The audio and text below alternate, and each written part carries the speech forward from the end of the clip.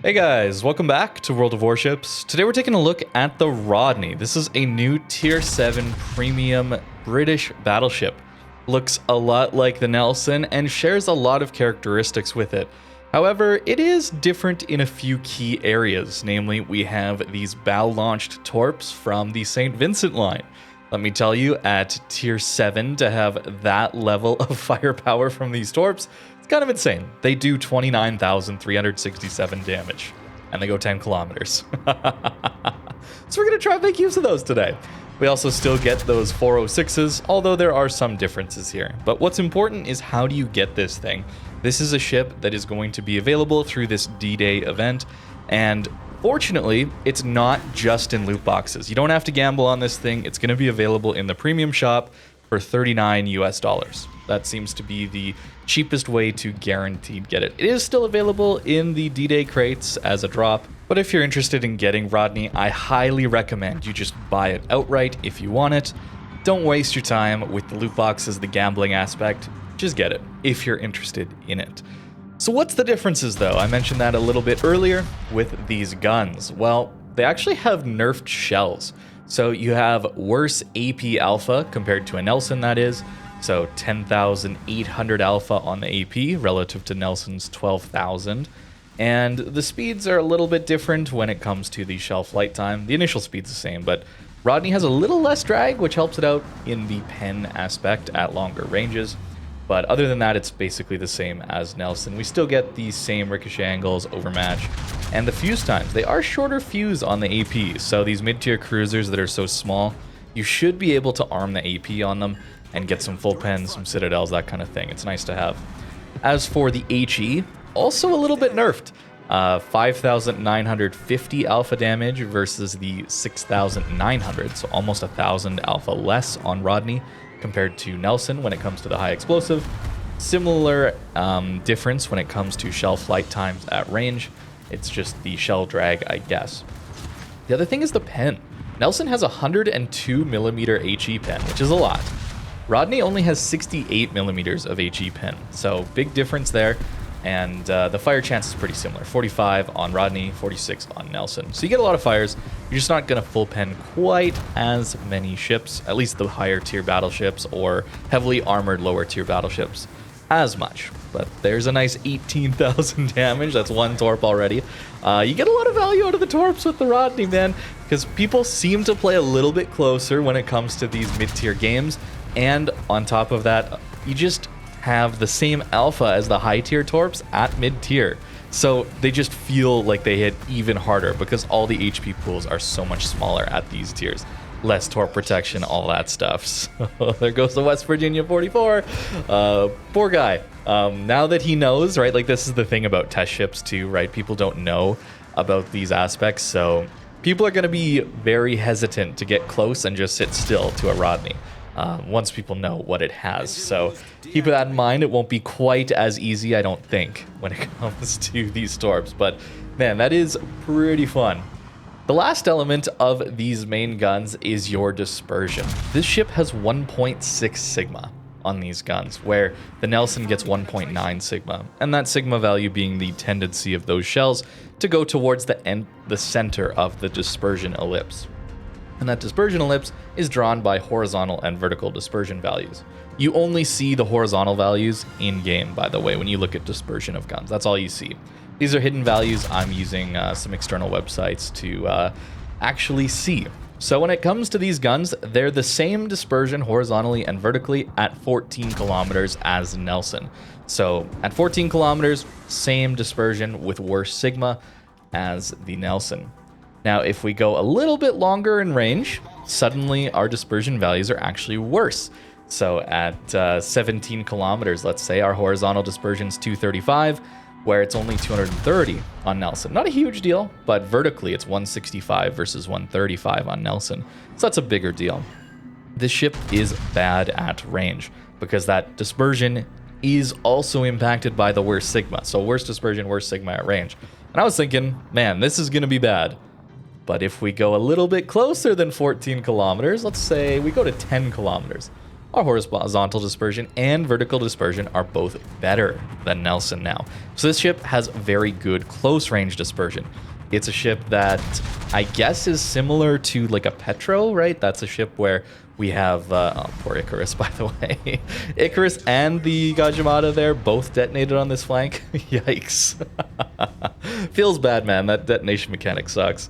Hopefully we can get combat flags back for achievements in this game. I have no idea. Wargaming, if you're listening, why did you take that away? That's such an unbelievably awful move. The game is more pay to win now. I don't think this game is pay to win, but it's close when it comes to these flags in particular. These signal flags give you amazing bonuses like, you want 20% extra healing? Run a flag. You want 20% reduced fire duration on your ship, which is better than both the module you can slot on your ship, which is 15%, and the commander skill, which is 15%. It's 20% for the flag, man. Oh, you don't want to deal with detonations? Oh, that's basically 100,000 credits every game. Pay up. You can't afford it as a free-to-play player. Even as someone who's newer to the game and running premium, it's still just absurdly expensive. And if anybody from Wargaming is watching this, please just bring it back. Please. It's just such an easy slam dunk win for the community. If you're looking to actually improve the player experience, please bring them back. This is such a tangent I didn't expect to go on in this video. We got plenty more to talk about when it comes to the Rodney and how different it is from Nelson. But this, I have no clue why it happened when you guys changed it. It was such an awful, unfriendly to players move, and it still just baffles me why that was ever changed. It's terrible, terrible, terrible, terrible decision. So please, please, Wargaming, just bring it back. If anybody at Wargaming's ever watching my videos, which I don't know, hopefully, listen to this one. Bring it back for achievements. That way people can actually outfit their ships with it, and it's not such a pay-to-win mechanic. Anyways, back to Rodney. No. I'm going to go over these in port, by the way. If you haven't looked closely at the flags, I'm going to show you after this game, all right? I promise. Or maybe the next game. But it's back to Rodney. Okay, tangent aside, this ship does get better dispersion at close range, all right? It is very nice, especially when it comes to vertical dispersion. 10 kilometers, it's 59 meters instead of 82 meters of vertical dispersion relative to Nelson. Feels good, man. Feels really good. So this is a ship that needs to get close, is the idea. Horizontal dispersion a little bit better as well. 152 versus 160 at 10 kilometers. Let's go even closer. Let's say we're battling at 5 kilometers, right? Like we are right now. 5 kilometers, our vertical dispersion is 30 meters versus 40 meters on the Nelson. That's a massive improvement. It's very, very nice at these closer ranges. By the way, poor DD runs aground right as we get our Torp. These are more than just meme Torps, man. Especially at these lower tiers. They do so much damage, man. They do so much damage relative to the HP pools here. It's hilarious. So dispersion, you want to be at close range. The problem being you have a Nelson hull with what I've now probably you've discovered is a standard heal. We don't have a super heal. So we have that massive Citadel that is easily overmatchable by things like Synop or anything with 3 to 80 millimeter guns and above. And we don't have a super heal, but at least we have the fast heal cooldown. Look at our heal right now. We do have a 30-second cooldown at the moment, but it's base 40 seconds. It's like that Massachusetts, Georgia, Ohio heal. By the way, if you're wondering why I was waiting on my shot here earlier, that was to guarantee some fires. His damage control was currently active. And there you go, 20,000 damage into our bow. If you know where to aim on a Nelson, you know where to aim on a Rodney. Another Torp hit on the New Mexico. We just barely lived this one, by the way. Our team did manage to cap it out, and we do win this game, which feels pretty good. This game honestly felt pretty nice for this ship, but those closer range scenarios where you're dealing with people who know where to aim, you're just going to get absolutely smashed. And sure, the fast heal cooldown will help you, but not having a super heal kind of sucks. At least, though, when it comes to these consumables here, or maybe just about this ship in general, when you take Citadels, you actually heal back 50% of that damage. That is very rare for a battleship. So we take, what, double sits from the dive bombers? Wow, what a wonderful mechanic. We're not going to go in that tangent. Nope, I already had my tangent of the video. We get at least heal 50% of it back here. Whereas other battleships, most battleships, they heal 10% Citadel damage back. It's very different here. So fast heal cooldown, and you get more of your Citadel damage taken back from this heal. Very nice to see. Especially the heal cooldown helps it a lot relative to a super heal. It's still a big downside to not have a super heal, but at least it's not just a bog standard heal. That would have been really, really bad. Those were the two things. I looked at some of the soft stats of the ship where I was like, it's got worse dispersion, worse sigma, and it doesn't have a super heal, and it still retains that Citadel size.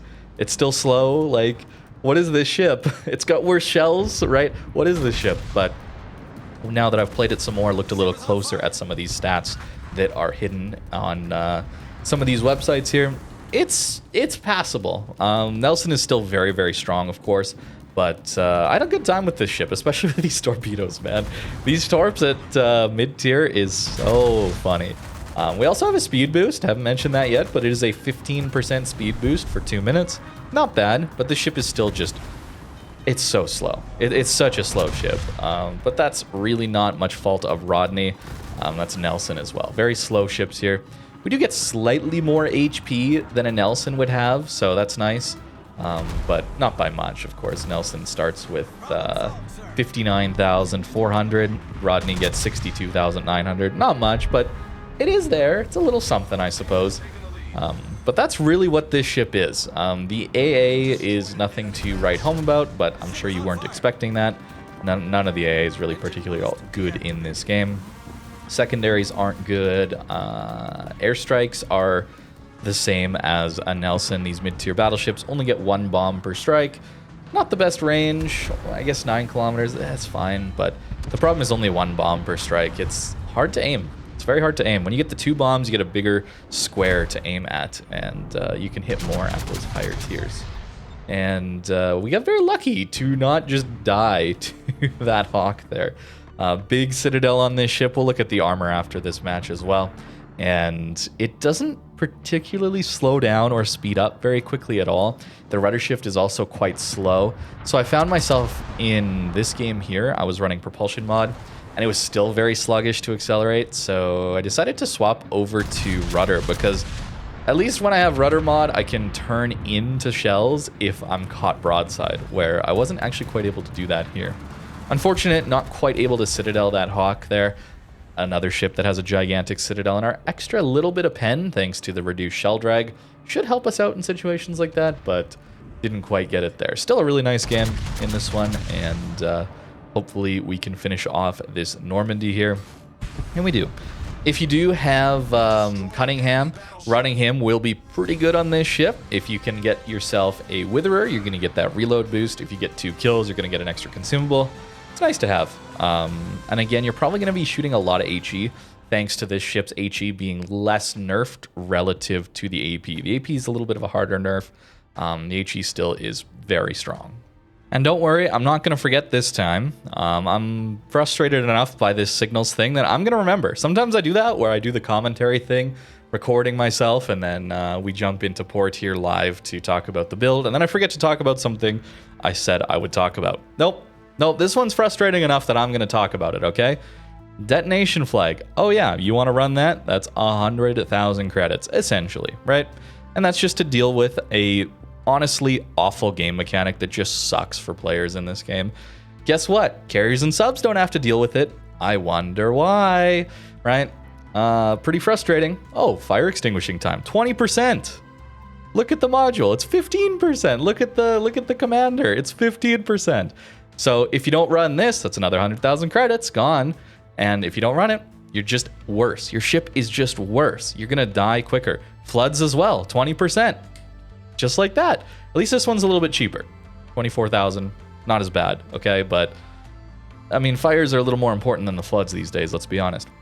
You want 5% ship speed over 100k. Dang, that's pretty brutal. 5% back from your consumable reloads. Talking about it in this video alone. Having faster reloading consumables is a big deal. Having this 40-second heal on this ship helps it out a lot. If it was just a standard heal, this ship would be pretty bad, honestly, because it would take so much damage. And getting it back another 5% quicker, hey, that's useful. Another 100,000 credits, please. And, oh, here we go. 20% more healing. Wouldn't that be nice if our ship has a giant citadel? And if we take citadels, we heal back at least 50%, not just 10. Sure would be nice to get a further 20% out of each heal, potentially. 120,000 credits, please. Oh, you're playing an HE spammer and you want to actually buff your fire chance by 1 to maybe 2% here with these 2 flags. Well, those are 200,000 credits nearly, and 150. Right? Like, these advantages are real, okay? They might seem small. Maybe the fire chance one seems small, but 20% healing, 20% reduced fires, not dealing with detonations, those are big deals. And that's just so many credits down the drain, right? Even if we just run these 3 flags, we're essentially spending 300,000 credits. How many games are you running and getting 300,000 credits out of a match without a premium account and a premium ship? Let alone the repair cost of your ship. Okay, it is a pay-to-win. It's a pay-to-win advantage, right? It's not directly. It's not like, oh, I spend doubloons, right? It's not like I spend real cash, but very indirectly, it's still a pay-to-win mechanic. Players who have played the game a long time here, right? They have so many credits, they don't know what to do with them. So it's like, okay, I just run everything. It's fine. I turn on auto purchase. Okay, whatever. But as a new player, there's no way you're able to do that, even if you run a premium account. It's great. Okay, I've said my piece. I'm saying it to people who all agree with me. All right, so that's mainly for wargaming. All right, here we go. Onwards to the armor here.